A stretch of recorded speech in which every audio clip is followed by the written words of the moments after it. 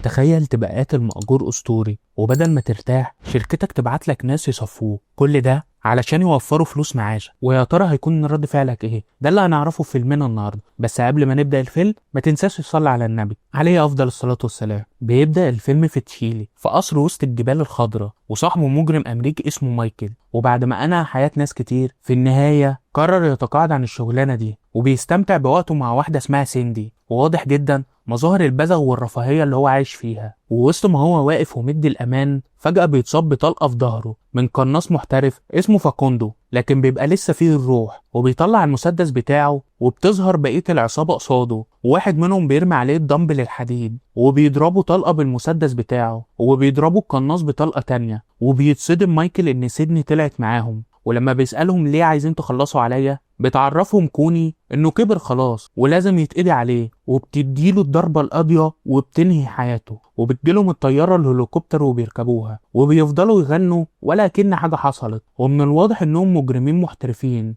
وبيخلصوا على الناس مقابل مبالغ ضخمة. وفي مدينة واشنطن في أمريكا بيظهر راجل 50 اسمه دان، بيروح المستشفى عشان يفحص نفسه وكمان يشيل معدن داخل جسمه. وفي وقت الكشف بنلاحظ انه ما بيسمعش بودنه اليمين، وبيسأله الدكتور لو كان خد الحقنة اللي قاله عليها، فبيعرفوا دان ان هو خدها. فبيبدأ الدكتور يعالجه ويفحصه، وبنعرف ان دان هو كمان مجرم محترف وبينهي حياة الناس، لكن بيقرر يتوب ويعيش حياة طبيعية. وبيروح للمحاسب بتاعه لوماس اللي بيعرفه ان اموره المالية تمام. وبنعرف ان دان بيتبرع كل سنة ب200,000 دولار لجمعيات خيرية. وبنكتشف انه شغال مع شركة اسمها دامت لوس، متخصصة في انهاء حياة الناس، وهي مافيا متخصصة في الاجرام. والمفروض هو هياخد منهم شيك ب9 مليون دولار. ولما بيسأله المحاسب هو انت عايز فلوسك تروح على انهي بيت من الاربعة بتوعك، بيرد عليه وبيقول له انا عايز الفلوس تروح للبيت اللي موجود في ولاية فلوريدا. وبيتصل دان بواحدة اسمها فيفيان علشان بيكون عايزها في موضوع مهم. وبعد لما بيقفل الخط معاها بيكسر التليفون علشان محدش يقدر يتتبعه. ولما دان بيقابلها بتديله ملف لشخص اسمه جابرييل، المفروض هو يخلص عليه علشان جابرييل أنهى حياة 4 موظفين شغالين في الشركة، وهو دلوقتي عايش في بلد اسمها بيلاروسيا. ولما بيرد عليها وبيعرفها انه خلاص اعتزل، بتعرفه ان المهمة دي ما يقدرش يعملها غير شخص خبير زيه. ده كمان رئيس الشركة بنفسه هو اللي عايزه يعمل المهمة دي، فبيرفض عرضها وما بيرضاش ياخد ملف جابرييل. وبيروح يشتري كلب من شحاتة قريبة من بيته. ولما بيجي وقت نومه بيشوف كوابيس مفزعة جدا بتخليه يضرب طلقات عشوائية على الكلب وبينهي حياته. وتاني يوم الصبح لما بيدفن الكلب بيلمح جارته دارسي واقفة بتقطع في الخشب، وبعد شوية بتتعب وبتمشي، فبيروح يكمل اللي هي بدأته وبينجز مهمتها. وهي لما بترجع بتتفاجئ ان الخشب كله متقطع، وما تبقاش عارفة هو مين اللي عمل كده. وفي نفس اليوم بالليل بتيجي رسالة لدان من فافيان، فبيتصل بيها وهي بتحاول تقنعه انه يوافق على العملية دي، وبتدخله من نقطة ضعفه وبتزود الفلوس حبتين. فعلى طول دان بيوافق، وبيظهر الزعيم بولوت صاحب الشركة. وبنعرف انه عايز يخلص على دان علشان هو ليه عنده 8 مليون دولار، وده مبلغ كبير ومستحيل يفرط فيه بسهولة. والمهمة اللي بعته فيها على بيلاروسيا دي بتكون اصلا مهمة فخ، وهو متفق مع حد هينهي حياة دان هناك. وساعتها بتطلب منه فافيان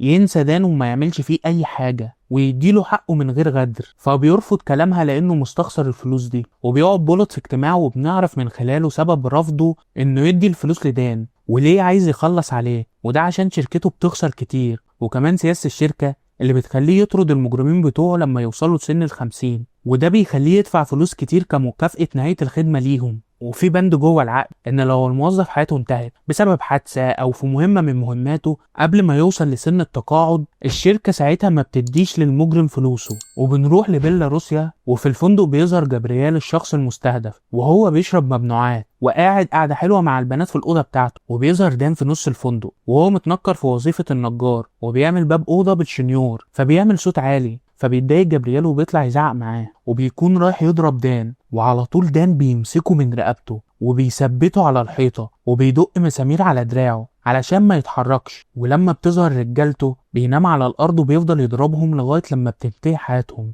وبعدها بيدخل للأوضة بتاعته بيلاقي البنات موجودة هناك، فمش بيرضى يضربهم بالنار ويخلص عليهم. وهو خارج بيلمح الملف بتاعه، وده معناه ان جابرييل كان عاوز يخلص عليه. فبيستغرب وبيروح لجابرييل وبيسأله مين اللي أمر ينهي حياته، فبيرد عليه جابرييل انه ما يعرفش. دان مش بيصدقه وبيطلع الشنيور وبيخرم دماغه، ولما بيتأكد ان جبريال ما يعرفش حاجة بيضربه بطلقة في دماغه وبينهي حياته، وبيصوره وبيبعت الصورة لفافيان وهو متوفى علشان تبعت له الفلوس على الحساب البنكي بتاعه، فبيجيله $500,000 فبيطلب منها انها تبعت له بقية المبلغ، وبيبلغها انه اكتشف ان في شخص عاوز ينهي حياته، وبيقول لها ان لو بولوت هو ليه علاقة بالموضوع ده هتربق الدنيا على دماغه. فبتخاف فافيان جدا وبتروح عند بولوت وبتزعق له لانه عايز يخلص على دان، وبتعرفه انها قالت له قبل كده انه يسيب دان في حاله، وبتطلب منه انه يدفع النص التاني من اجرته علشان ما يعيشهمش في رعب طول حياتهم. فبيعنب بولوت وبيرفض انه يديله الفلوس، وبيقول لها انه مش هيسيبه في حاله، وبيبعت العصابة بتاعته عند مدير حسابات دان علشان يعرفوا مكانه، وبيفضلوا يستجوبوه ويعذبوا فيه علشان يعرفوا هو دان عايش فين بالظبط. فهو بيستهبل وبيفضل يروخ في الكلام، فبيضربوه لكمات قوية لحد لما بينزف، فبيفهمهم ان دان مش بيقوله على كل تفاصيل حياته، وبيفضل يتنقل في الاماكن كتير وملوش اي مكان محدد، وبيقول لهم تقدروا تعرفوا المعلومة دي من حساباته. فبتأمروا كوني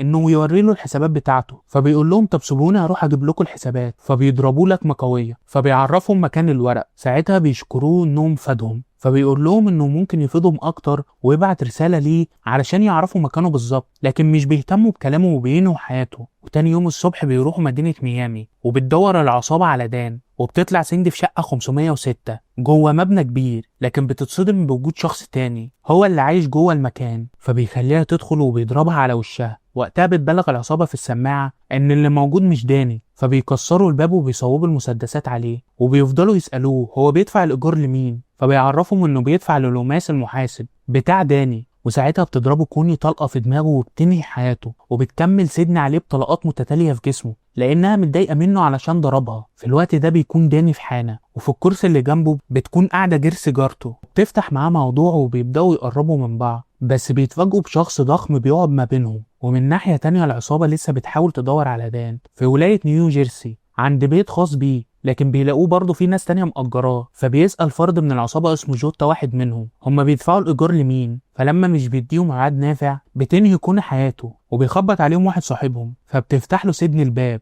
وبتنصحه ان الأحسن ليه انه يمشي، وبتقفل الباب في وشه. ولما بيبص من الشباك ما بيلحقش حتى يتفاجئ، بيلاقي رصاصة بتتضرب عليه وبتنهي حياته. وبيحاول آخر واحد يهرب منهم عن طريق انه يجري ناحية الازاز وبيخبط فيه علشان يكسره، لكن مش بينجح وبيقع على الارض وبتنهي كونه حياته. وفي نفس الوقت بتصور ديرسي ألبومها وبتوري الصور لدان، وبتلاحظ ان شكله مش من امريكا وممكن يكون من اوروبا، وبنفهم من كلامهم ان هما الاتنين سابوا شغلهم. ولما بتسأله عن وظيفته الجديدة بيفهمها انه شغال دلوقتي حنوتي وبينقل الجثث وبيروح اماكن مختلفة، وسافر بلاد كتير عشان ينقل جثث الامريكان اللي بيتوفوا بره البلد وبيرجع يدفنهم في وطنهم تاني. وبيعرفها انه سافر 99 بلد منهم ألبانيا والنمسا واستراليا وأنجولا والجزائر وأفغانستان والأرجنتين وأوزبكستان والمغرب. ولما بتعرف منه انه بيتكلم 8 لغات بتعرض عليه يشتغل مدرس ويعلم الأطفال خبرته في الحياة والسفر ويدرس لهم اللغات اللي هو عارفها. فبيرفض عرضها في الأول لكن بيوافق بعد كده، وبيروح فعلا يدي دروس للأطفال.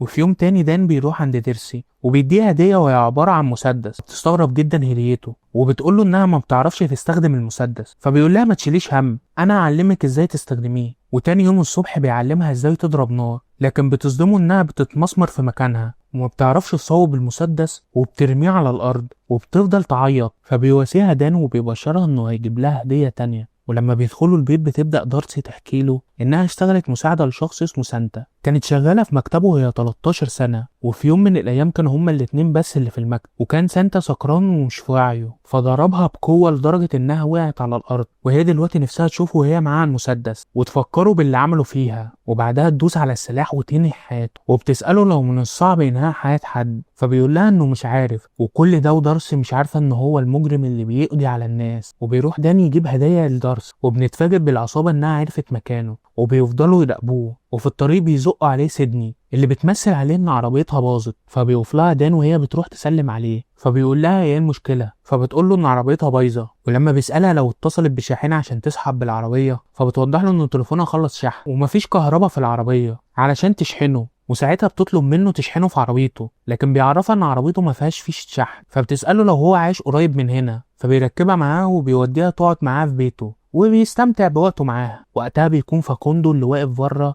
ومنشل عليه من بعيد علشان ينهي حياته. لكن في اللحظة دي بينام دان على السرير، تيجي الطلقة في سيدني، ولما بياخد باله وبيطلع السلاح بتاعه بيضرب طلقات لكن مش بتيجي في حد، فبيستخبى قبل ما فاكوندو يشوفه. بتتواصل سيندي مع فاكوندو بالسماعة وبتعرفوا ان دان مستخبي تحت السرير، فبيضرب طلقات ناحيته وبيقدر دان انه يتفاداها، وبيرمي شاكوش في دماغ سيندي وبينهي حياتها علشان ما تقولش على مكانه. وساعتها فاكوندو مش بيقدر يشوفه. بتدخل كوني الشقة وبتتصدم بسيدني المتوفية ومش بتلاقي دان في البيت، فبتطلب من فاكوندو انه يدور عليه، لكن بيتصدم ان دان واقف وراه وهو عريان في عز البرد، وبيديله طلقة في دماغه وبينهي حياته. وبيستخدم القناصة بتاعته وبيحاول يضرب على كوني، بس هي بتولع شماريخ في البيت علشان ما يقدرش يشوفها وما يجيبش طلقات فيها. تظهر الثقة على وش دان وبيأكد لكوني انها هتغلط ووقتها هو هيقضي عليها. وفي الوقت ده بيجي فرد من العصابة اسمه أليك وبيضرب طلقات على دان اللي بيكون مغطي نفسه، لكن بيتصدم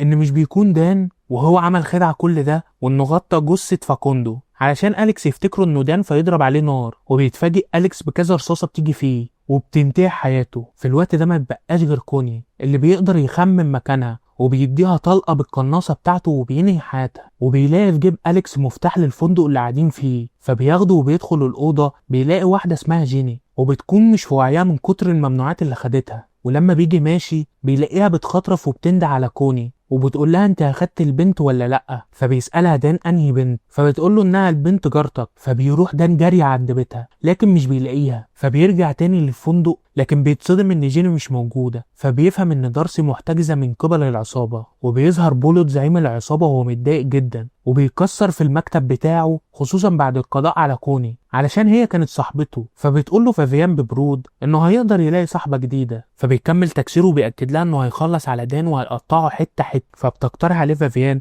انه يدفع مرتب دان التقاعدي وينساه. ساعتها بيزعق له وبيرفض بشدة. في الوقت ده بيروح دان عند حانا علشان يقابل واحد صاحبه عشان يعرف هما محتجزين دارسي فين، فبيعرفوا انه ممكن تكون في القصر بتاعه. فبيسيبوا دان وبيمشي، لكن صاحبه بيرجعه وبيسلم عليه وبيحط على ايده جهاز بيخليه يفقد الوعي. وفعلا ده بيحصل وبيتاخد لحد بولت وبنشوفه مربوط بجنازر حديد ومتعلق لفوق. بيكون موجود في أوضة مهجورة وبيحكي له بولت قصة ملهاش أي 30 لازمة عن شخص إنجليزي اسمه ويليام، وإنه اتعذب جامد لما خان الملك، وده بالظبط اللي هو هيعمله معاه. هيعذبه 3 أيام وفي اليوم الرابع هيقضي عليه. وبيوريله صور دارسي وهي محتجزة وفاقدة الوعي، وبيعرفه إنه هيستمتع معاها وهيعمل فيها كل ما بداله. وبعدها بيحط صورته على جسمه وبيطعنه علشان تدخل في جسمه، وبيشغل موسيقى وبيخرج جسمه بالمقص. وتاني يوم بيكمل تعذيب فيه وبيملى جسمه طعنات، لكن رغم كل ده دان بيفضل عايش. وتالت يوم بيخرم بطنه بآلة حديد، بس من قوة جسم دان بتتكسر، فبيحط الجزء المكسور في عينه اليمين، وبكده بتكون عينه باظت خالص ومش هيعرف يشوف بيها تاني. وفي اليوم الرابع دان بيطلع الآلة الحديد من جوه بطنه وبيفك نفسه من الحديد اللي مربوط بيه. ولما بيدخل عليه رجال بولت علشان يعلقوه بيقوموا بيضربهم، وبياخد مسدس من واحد فيهم وبيضرب طلقات عليهم، وبيمسك واحد تاني علشان الطلقات بتاعته تيجي فيه. وساعتها بيهرب بولت وبيسيب رجالته مع دان، ورغم عددهم الكبير الا ان هم مش بيكونوا قادرين عليه. وبيدخل نفق وبيطلع لبره وبيكسر طفاية الحريق اللي بتعمل شبورة عليه، وبيفضل يضرب بالطلقات بس بيتصدم انها خلصت. فبيبدأ يدافع عن نفسه بايده، وبيمسك واحد من المفصل ورقبته وبيوجهه ناحية واحد تاني معاه بندقية علشان الطلقات تيجي فيه، وبياخد منه المسدس وبيضرب على صاحب البندقية. ولما بيفتكر ان الموضوع خلص بيظهر واحد تاني فبيمسكه من المفصل وبيوقعه، وساعتها كذا واحد بيظهر فبيحمي نفسه بواحد منهم، وبيقدر يسيطر على الموقف بكل سرعة بديهة وقوة، وبيقدر يخلص عليهم كلهم. وبنلاحظ انه عمل كل ده وهو اصلا تعبان ومش قادر يمشي بسبب العذاب اللي اتعذبه. وفي نفس اليوم بالليل بكل صعوبة بيروح يخبط على باب شقة معينة، فبتصوب عليه صاحبة الشقة بالمسدس، وبنتفاجئ انهم عارفين بعض، وبيطلب دان منها انه يتكلم في التليفون بتاعها. وبيكلم ساعتها فيفيان وبيطلب منها ياخدوه تاني بس بشرط انهم يسيبوا دارسي. ولما فيفيان بتبلغ بولت عرض دان بيرفض وبيأكد انه هيقضي عليهم هما الاتنين. تاني يوم بيصحى دان على كابوس وبيقع من على السرير، فبتقومه جاسمين وبتعالجه، بتديله حقنة. وبعدها بكام يوم لما بيخف بتوافق جاسمين انها تساعده، وبيطلب منها دان انها تديله اقوى واحدث الاسلحة. وبيركب العربية وجواها الاسلحة، وبيتصل بفيفيان وبيسألها لو دارسي لسه عايشة، فبتعرفه انها عايشة وهيعملوا الصفقة، ومن خلال المكالمة بيقدروا يحددوا مكانه، فبيجهزوا جيش كامل وعربيات كتيرة تنقلهم علشان يقضوا عليه. في الوقت ده بيوصل دان لجراج مهجور وبيطلع الأسلحة وبيجهزها، ولما بيوصلوا له بتكون فافيان في المقدمة. بيعرض عليها دان إنها تطلع من الحكاية لو عايزة تعيش، فبتأكد له إنه خلاص الموضوع خلص وهيتم القضاء عليه، لأنه أكيد مش هيقدر يعدي من الجيش ده كله. وبتستعد الرجالة عشان يخلصوا على دان، وبيكون الكلام ده متصور وبولت بيتفرج عليه من قصره. بيكون الكلام ده لايف على عملية إنهاء حياة دان، لكن بيتصدم صدمة كبيرة لما بيشوفه بيطلع ليزر من إيده وفي RPG من فوقه بيقضي عليهم. بتسد نفسه عن الأكل وبتبقى بس فافيان، لكن ما بيرضاش يخلص عليها وبيسيبها وبيمشي. وبيروح عند القصر عشان يحرر دارس، فبيتحامى في رجالته عشان يخلصوا عليه، فبترفض رجالته وبيتخلوا عنه وبيهربوا لانهم بيكونوا خايفين من دان ومن قوته المفرطه. فبيطلع دان بسهوله لاوضه بولت وبياخد دان آلة حاده، فبيطلع بولت سلاحه لكن بينتصر دان وبيخلص عليه وبيفصل راسه عن جسمه وبيرميها من الشباك. وبيروح عند دارس وبيفك الممنوعات اللي ملفوفه حوالين دراعها وبيشيلها وبيوديها بيتها وبيعلق لها محاليل عشان يعالجها من الجرعات الزايده اللي هي اخدتها. وفي يوم تاني دان بيبص على الصور والاوراق وبيكتشف ان دارسي بنت واحد انهى حياته من كام سنه وهو مرضاش يخلص عليها. وبيتفاجئ دان بدارسي وهي بتصوب عليه مسدس لانها عرفت ان هو اللي انهى حياه ابوها واخواتها، وبتساله ليه ما خلصتش عليا في اليوم ده. فبيأكد لها دان ان اللي مشغلينه ادوله معلومات غلط وابوها واخواتها كانوا الضحيه. ولما اكتشف الموضوع بعد فوات الاوان لقاهم اتوفوا على ايده، بس كان في ايده انه ما ينهيش حياتها، علشان كده هو ما خلصش عليها. فبتفهمه انها كل يوم كان بتدعي انها كانت تتوفى معاهم، ودان كان ضميره بيأنبه علشان كده كان بيصرف عليها من بعيد وبيدفع لها مصاريف دراستها. فبتلومه دارس انه ما عرفش هويتها اول لما شافها، فبيأكد لها انه مش عايز يضايقها ويتدخل في حياتها، وبيطلب منها ما تخافش وتضربه بالنار لانه يستحق الموت. لكن هي ما بتقدرش تعمل كده علشان هي حبته بجد. وبيقفوا جنب بعض في البلكونة وبيقرروا يعيشوا سوا. وانتهى فيلمنا، ويا رب يكون عجبكم. ولو عجبكم الفيلم شاركونا برأيكم في الكومنتات، وما تنساش تشترك وتفعل الجرس. سلام.